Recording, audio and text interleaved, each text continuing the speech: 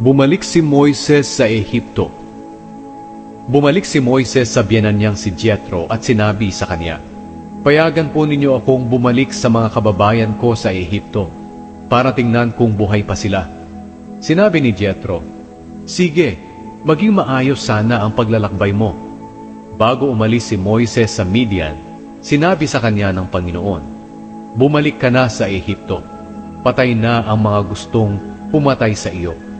Kaya kinuha ni Moises ang asawa niya at mga anak na lalaki, at pinasakay sa asno at bumalik sa Ehipto.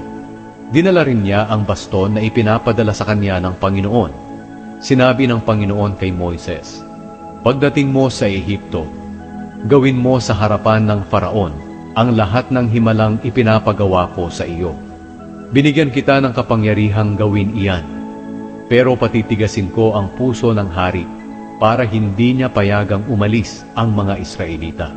Pagkatapos sabihin mo sa kanya, sinabi ng Panginoon na itinuturing ko ang Israel na panganay kong anak na lalaki. Kaya iniuutos ko sa iyo na payagan mo silang umalis para makasamba sa akin, pero hindi ka pumayag. Kaya papatayin ko ang panganay mong anak na lalaki." Nang naglalakbay na sina Moises at ang kanyang pamilya, nagpahinga sila sa isang bahay pahingahan. Pinuntahan ng Panginoon si Moises at pinagtangkaang patayin. Pero kumuha si Zipporah ng matalim na bato at tinuli ang kanyang anak. At ang nakuha niyang balat ay idinikit niya sa paa ni Moises. At sinabi ni Zipporah, "Ikaw ang duguang asawa ko." Ang ibig sabihin ni Zipporah ay may kaugnayan sa pagtutuli.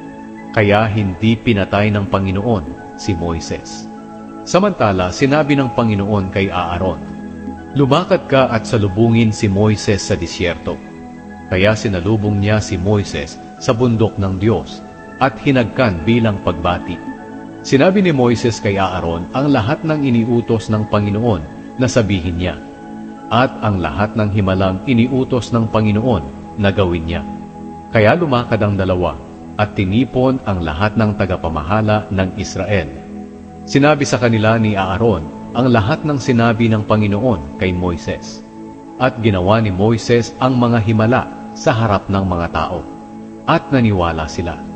Nang malaman nilang nagmamalasakit ang Panginoon sa kanila at nakikita niya ang mga paghihirap nila, lumuhod sila at sumamba sa Panginoon.